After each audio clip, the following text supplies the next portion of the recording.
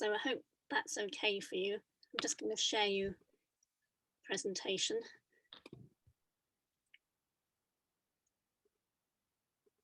So I've tried to include other people's artwork, but also because I don't want to put anyone off by showing bad artwork. I've only shown bad photos of artwork. I've only shown my own bad photos, but this is a lovely piece here that's by Corinne. Okay, and we just talked a bit about cameras and equipment. So mainly I'm talking about using a smartphone.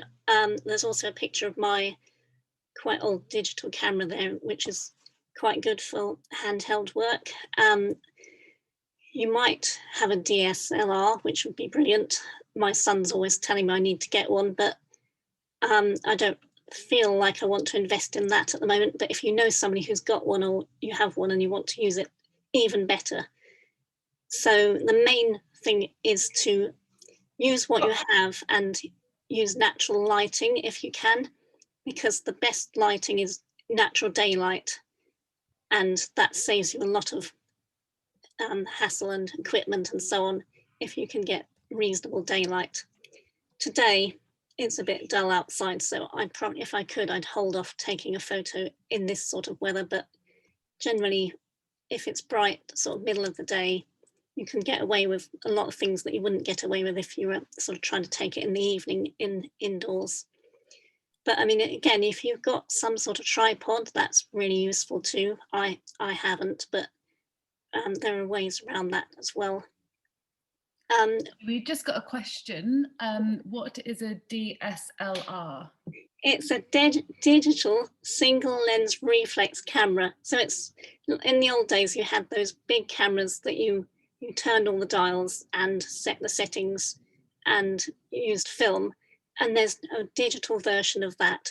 So you don't use film, but it's got all the same manual settings, and you can interchange lenses for different things. So it's a much more versatile professional piece of equipment, much sort of better camera. The one I've shown at the top right of the screen is a compact digital camera. So it has some manual settings and some automatic settings, so you can use either, but it's not quite the same, although you can put it on a tripod and so on. But yeah, I mean, to get really, really good photos, you need different lenses for different jobs, but phone cameras and compact digital cameras have reasonable lenses. Most phone cameras have fairly decent lenses these days, but the limitations are when you're photographing in low lighting and so on, when you might need more professional equipment.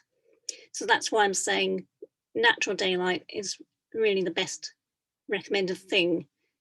So we're going to look at location of where to take your work and what backgrounds to use, the position, camera, and a bit about editing, but only a little bit.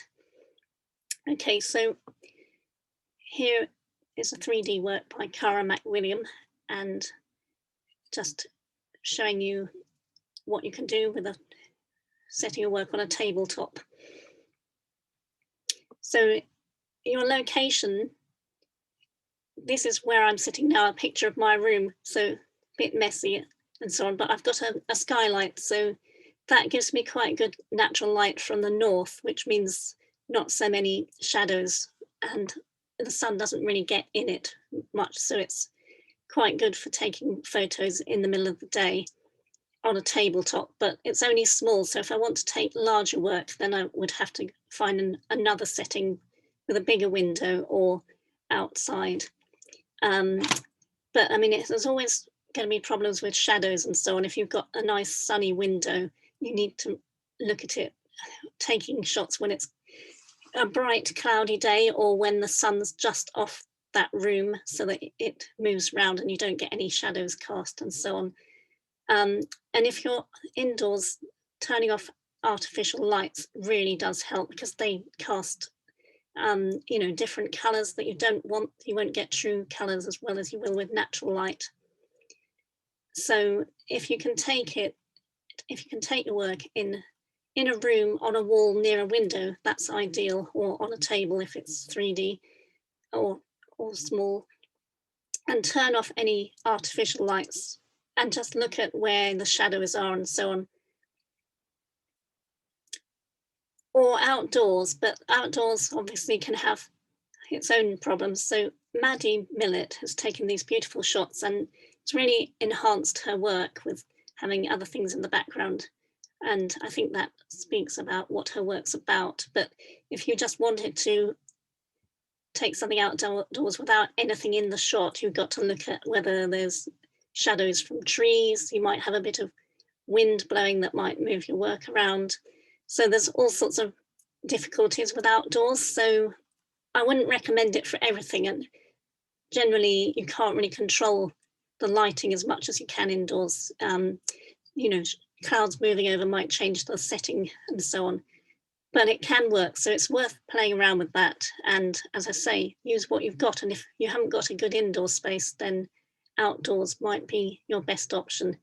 But choose a nice, calm, still day if you can, with sort of bright, cloudy, overcast weather would be brilliant.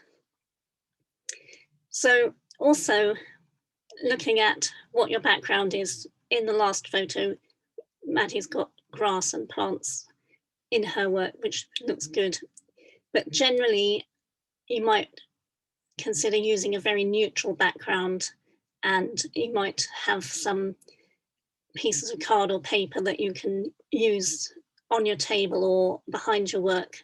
So I've got a whole load of old bits of card and so on that I just use for photographing things. And I'd quite often take a quick picture on my desktop. So I've got black card and white card sitting there. I swap them over when I need different backgrounds. So I think white or cream work for most things, but sometimes I need to use a darker background because I weave some paler things. So you can see in the left shot, you can see the warp better on the dark background, but then you need to look at the paper, whether if it's a bit shiny, you can see on the right-hand photo, it casts you get some shine on the paper reflected from the window. So you've got to kind of look at those things because that would detract from the work. If you just want the background all plain, then just look at things like that, because that's quite a matte piece of paper, but it still reflects the light.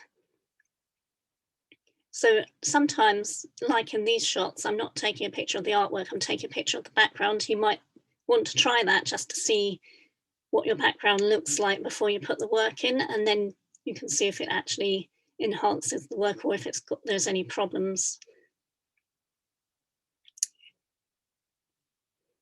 And in this case, I was doing a quick photo because I was doing the Step Up Exploring Collections course, and we were sharing our work because we've all been doing it online. So a lot more photographing of work's gone on. And I just had to quickly take photos of some of my little diary sketches. And again, I just looked at a white background or a dark background to see which was best to use. So that's kind of just quick shots that you might want to take. I might put that on the website, I might not. That's just really for showing people on Zoom. So you've got your space that you're going to use. In this case, if I needed to photograph a larger work, I'd have to go downstairs, and I've got a mantelpiece. Ideally, I'd hang the work on the wall, but I'm renting a house, so I can't do that so easily. So I can prop it on the mantelpiece fairly upright, or on the right, I've got a large Japanese kite, and the space for that is not near the window, but it's still got quite a lot of light because there's light reflected off that side wall on the left. So that's actually helping brighten it up. So even though it's not in the brightest part of the room, it's still quite a bright spot to take the photo. So I think it really depends what you have. So, I mean, if I had space, time, and money, I could invest in some sort of screens and reflectors and all those sort of bits of photographic equipment that would help with this. But I don't have room to store all that, even if I did get it. So I just use what I have at the time. We've got some questions in the box. So first one from Kate, just saying, is the light coming from the side rather than face on? On which one, Kate? I think, yes. I mean, in terms of... if you're taking, especially there was the question after, and also this will help with the question afterwards about reflections in the glass. I know that if I have to take a photograph of work that's been framed, it's very, very difficult to get a photograph without getting reflections. Yeah. And is it better to have the light coming in from the side, or where should I stand? Where should the work be? If it comes in from the side, comes in behind me, above, what's best? Okay, so it's a matter of playing around with it. I'm actually going to come on to that, but we'll address it anyway. So the light in this case was from the side. It depends where the sun is as well, I think, where your reflections are going to be. So I'll show you. This was just looking at 3D work. So I took that one on the left very quickly without regard to the background, and 3D work's a bit more difficult because you need sort of a corner space, perhaps, which won't be so well lit. You need a backdrop that's not just one side. You need two sides at least, so you can sort of mock something up in a box, or create two corners with card, depending on the size of the work. So yeah, just to get to, because it's very distracting, that background on the left. It's so much nicer if you can sort of neutralize that. So taking the shot. So yeah, we were going back to talking about angles and reflections. Ideally, you wouldn't take the work in the frame because the glass does give you reflections. But if you have to, you have to. And it's just a matter of playing with it so that you don't get the reflection on the work. So take lots of shots from different angles, and or take one shot and look at it and see what's going on in that shot. Observe whether you've got any reflection on it. This is something I'm not great at doing, I must say, because I'm usually in a bit of a hurry. But you know, we've got the opportunity with digital work. We don't have to wait for it to be developed. You can see instantly if you've got a reasonable shot or not. And in this case, I didn't take it square on. So it's not going to be great to edit it or anything from there. If you take it in a frame, you can crop the frame out, but you need to sort of get the best shot you can first. You might want to keep the frame in your picture. It depends on your frame and whether it's enhancing the work and whether it's part of the work or so on. So yeah, you need to line the work up with the edge of the camera, and having a frame around the work can help with that, because especially this black frame you can clearly see. So if you're standing in front of it holding your camera, you can line up your frame edge with the edge of the camera frame. And there are grids that you can use on your camera if you can find in the settings how to get the capture grid on. So here you will see other scenarios with that same piece of work. On the left-hand one, there's a clear reflection from the door, just because I've angled it slightly one way. And then in the middle one, there's some objects around it that are casting shadows. So the more clear space you can get around the work, the better. Because even if it doesn't seem to be obviously connected, it could still be casting some sort of shadow. And as we were saying, not having it square on will not help you, because I want to crop out that mantelpiece, but I won't be able to do it as easily if the work's at an angle. So if you can take photos and then just look at them and see what's going on, and then you can adjust it just by moving things slightly. So just by turning the work slightly, I can get rid of that reflection, or moving myself slightly round. So I think side lighting is working better for that. But again, as I said, it depends exactly where the sun is. Your lighting conditions are going to be different, so it's hard to give you a prescription. Side lighting is also great for textures. So in the case of my weaving, I always have some side light to show the texture up, because if you just have light on the front of the work, it makes it much flatter. So if you want it to look flat, then you can manipulate that by having a lot of front light. So again, I mean, you're the artists, and it's your vision of how you want your work to look as well. So you've got some control over how it looks when it's photographed. And then, as I say, I've got my work reasonably well photographed, and then I can look at cropping out the mantelpiece bit by going into the crop function on my camera and just using the guide to get it where I want by eye. I must say, I do this on my phone, but I do find it easier to do it on my laptop because it's a much bigger image, so you can see better how you're cropping it and so on. But you can do it on your phone, like I've shown. Can I just add, with the app, there will also be the function to crop your images. So when you're uploading those, from the Outside In app, it gives you a guide to crop and everything. So that's a really great addition to that as well. Hello, yeah. Can I just put in there? Sorry, can you hear me, Jackie? Yes, can. Yeah, go ahead, Mark. I'd like to record this part of your what you're doing, but I've got to ask you permission. I've been told on my computer. Yes. Can I record this part? You can record it, yes, and it's. I mean, Hannah's recording it anyway, so yeah. Okay. You can record it if you wish, but you should be able to get it at some point as well. Okay, thank you. But yeah, go ahead. So we're just looking at different functions of editing, and I think cropping is one of the main ones to use because it gives you some control over the background and so on, and getting it how you want. So in this case, I've cropped it so that the frame's still in the photo, but we haven't got the shadows and mantelpiece and so on in the background.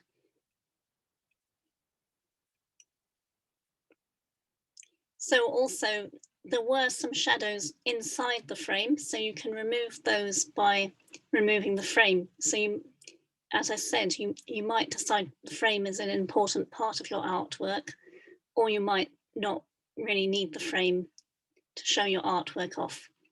So this isn't my artwork, but it was good to use as an example. It's an artist I know in Lewes, where I live, and so it's still in a mount. You might ideally take the work out of the mount as well to photograph, but as I say, if you think the mount is important or it enhances your work, then keep the mount in.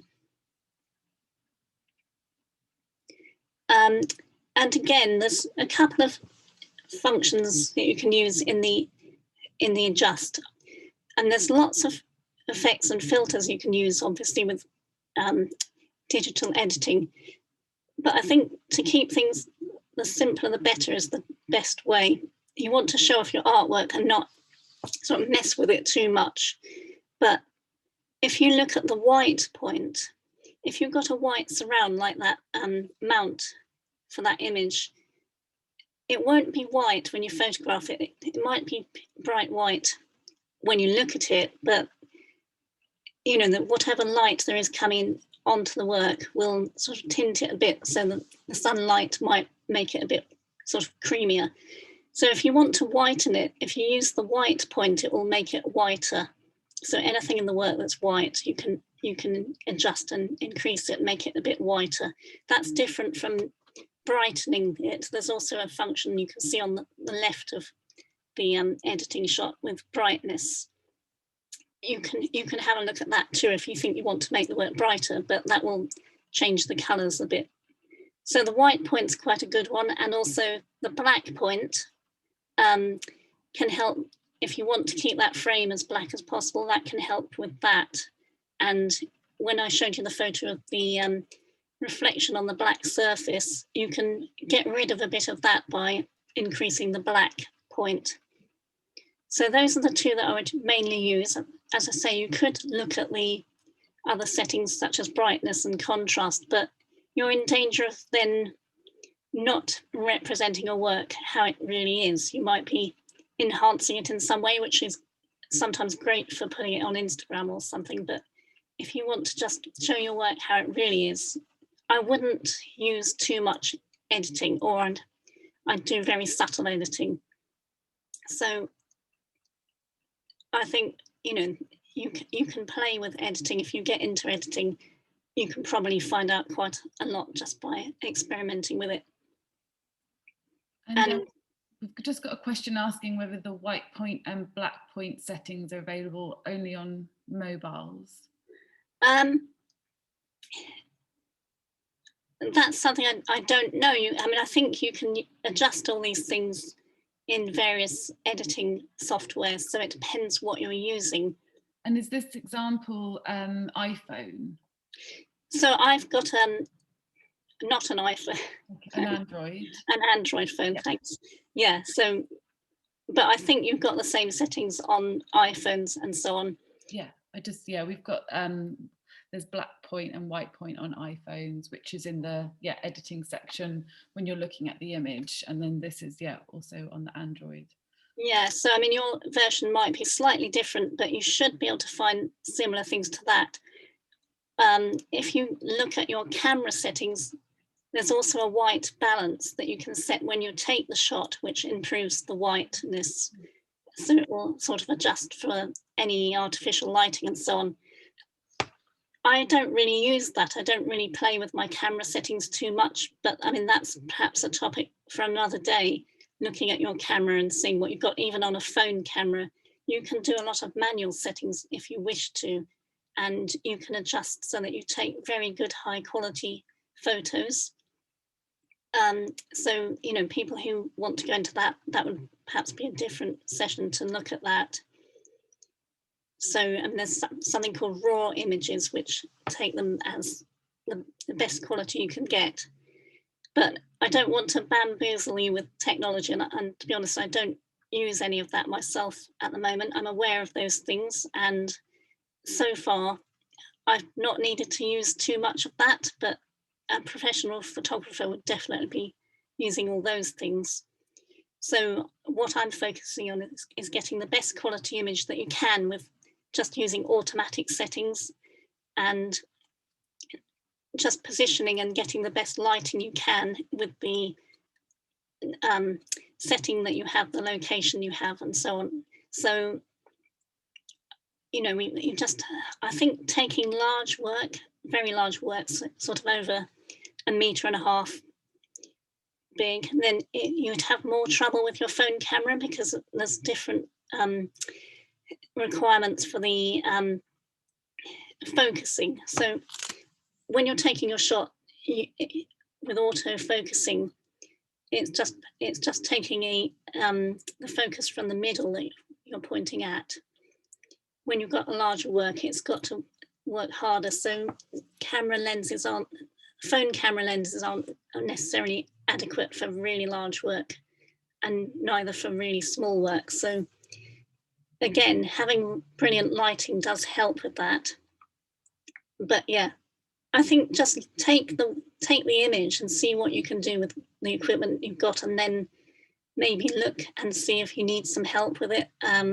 You can maybe look up some online articles of how to enhance it or make it get better images if you're having real trouble with something that's very large or very small. There may be some quite simple things you can do, like for small work, you might get a little tripod. So yeah, that just looking at having the best photo, you don't really want to do a lot of filters or things on it. You just want to keep your editing to getting it as clean and as straight as you can, I would say. So you can, I mean, it's easy to get into overdoing it, and then if you look at the original, you probably find that you've spent half an hour editing, and the one you started with was actually better. So yeah, cropping and a slight adjustment of the white balance or black balance, depending on if you haven't got much white or much black, then you wouldn't use those. So I've got one image here from Outside In website by George J. Harding. And so this goes against what I've just told you. I said, don't photograph it at an angle, but in his case, he's got a very challenging piece of work because it's layers of perspex. And so to show the effect of that, he's taken it more on an angle so that you can see it's a layered print. So again, it's not necessarily the same for every person and every piece of work. And you might want to photograph something on an angle like this to show it off to its best advantage. So I think that's the end of my thing. So as I said, there are lots of resources online. I haven't found any that I like more than others. Hannah had a good example of a website which showed you how to photograph paintings and so on, but I'm trying to include all artworks. So I think quite a lot of them focus on paintings or sculpture because it's hard to get all the information into one article. So I think maybe Google and look up some online resources or YouTube tutorials that are specific to what you're trying to do, and be aware of your own vision of how you want your artwork to look. And another thing that came up in the session on websites that I attended was you might want to include some shots with yourself in Maddie's shots of, she had her hand in, which kind of gives you the scale of the work. And sometimes you might want to do that. You might want a picture of you at work. So you can, that's another topic in itself, taking selfies of you and your artwork, but you might want to consider that as well. Sometimes an informal shot with your hand in it might actually work for the scale and so on. So I think that's practically all I've got to say. Are there any other questions anyone would like to raise?